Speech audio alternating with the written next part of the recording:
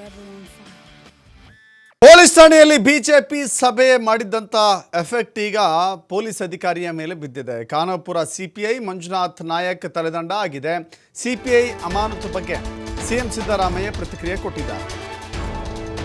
City ರವಿಯನ್ನ ಸಚಿವೆ ಲಕ್ಷ್ಮೀ ಹೆಬ್ಬಾಳ್ಕರ್ ಕೊಟ್ಟ ದೂರಿನ ಆಧಾರದ ಮೇಲೆ ಅರೆಸ್ಟ್ ಮಾಡಿದಂಥ ಪೊಲೀಸರು ಅವರನ್ನು ಖಾನಾಪುರಕ್ಕೆ ಕರೆದುಕೊಂಡು ಹೋಗಲಾಗಿದೆ. ಆ ಸಂದರ್ಭದಲ್ಲಿ ಬಿಜೆಪಿಯ ವಿರೋಧ ಪಕ್ಷದ ನಾಯಕ ಆರ್ ಅಶೋಕ್, ಮೇಲ್ಮನೆ ವಿಪಕ್ಷ ನಾಯಕ ಚಲವಾದಿ ನಾರಾಯಣಸ್ವಾಮಿ, ವಿಜಯೇಂದ್ರ ಹೀಗೆ ಅನೇಕ ಜನ ಕೂತ್ಕೊಂಡು ಒಂದು ಸಭೆ ಮಾಡ್ತಾರೆ. ಹೀಗಾಗಿಯೇ ಕ್ರಮವನ್ನು ತೆಗೆದುಕೊಂಡಿದ್ದೇವೆ ಅಂತ ಸಿದ್ದರಾಮಯ್ಯ ಹೇಳಿದ್ದಾರೆ. ಬಿಜೆಪಿಯವರಿಗೆ ಠಾಣೆಯಲ್ಲಿ ಪಾರ್ಟಿಗೆ ಸಭೆಗೆ ಅವಕಾಶ ಕೊಟ್ಟಿದ್ರು, ಅವರ ಮೇಲೆ ಶಿಸ್ತು ಕ್ರಮ ತೆಗೆದುಕೊಂಡಿದ್ದೇವೆ. ಪೊಲೀಸ್ ಠಾಣೆಯಲ್ಲಿ ಬಿಜೆಪಿಯವರು ಸಭೆ ಮಾಡ್ಬೋದಾ? ಸಿಟಿ ರವಿ ತಪ್ಪು ಮುಚ್ಚಿಟ್ಟುಕೊಳ್ಳಲಿಕ್ಕೆ ಏನೆಲ್ಲ ಮಾಡ್ತಾ ಇದ್ದಾರೆ, ಏನೆಲ್ಲ ಹೇಳಿಕೆಗಳನ್ನು ಕೊಡ್ತಾ ಇದ್ದಾರೆ, ಕೇಸ್ ಸಿಐಡಿಗೆ ವಹಿಸಿದ್ದೇವೆ ಅಂತ ಸಿದ್ದರಾಮಯ್ಯ ಹೇಳಿದ್ದಾರೆ.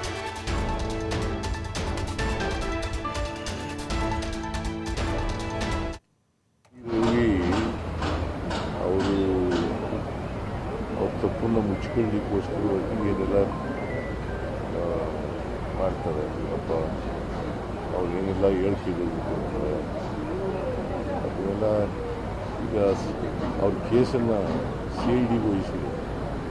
CID ತನಿಖೆ ಮಾಡಲಿ, ಅದ್ರ ಮೇಲೆ ರಿಪೋರ್ಟ್ ಕೊಡಬೇಕು. ಕಾರಣಕ್ಕಲ್ಲ ಅವರು ಪೊಲೀಸ್ ಸ್ಟೇಷನ್ನಲ್ಲಿ BJPಯವ್ರನ್ನ ಪಾರ್ಟಿ ಮೀಟಿಂಗ್ ಮಾಡಲಿಕ್ಕೆ ಅವಕಾಶ ಮಾಡಿಕೊಡ್ತಾರೆ. ಅದಕ್ಕೋಸ್ಕರ ಅಮಾನತು ಮಾಡಿಕೊಡ್ತಾರೆ. ಕ್ರಮ ತಪ್ಪಿದ್ದಾರೆ, ಇಟ್ಬಿಟ್ರು ಅನ್ನೋದು. ಈಗ ಪೊಲೀಸ್ ಸ್ಟೇಷನ್ನಲ್ಲಿ BJPಯವ್ರು ಬಂದು ಮೀಟಿಂಗ್ ಮಾಡ್ಬೋದಾ? ಕಮಿಷನರು DCP ಅವರು ಅಲ್ಲೇ ಇದ್ರು ಸರ್. ನಾನು ಹೊರಗಡೆ ಕಳಿಸ್ಬಿಟ್ಟಿದ್ರು ಅವ್ರನ್ನ. ಪೊಲೀಸ್ ಇನ್ಸ್ಪೆಕ್ಟ್ರು ಮೀಟಿಂಗ್ ಮಾಡ್ಲಿಕ್ಕೆ ಅವಕಾಶ ಮಾಡಿಕೊಟ್ರೆ ಅವ್ರು ಹೊರಗಡೆ ಬಂದಿದ್ರು. ಅವರ ಸೆಕ್ಯೂರಿಟಿ ಪಾಯಿಂಟ್ ಆಫ್ ವ್ಯೂನಿಂದ ಕರ್ಕೊಂಡು ಹೋಗಿದ್ರು.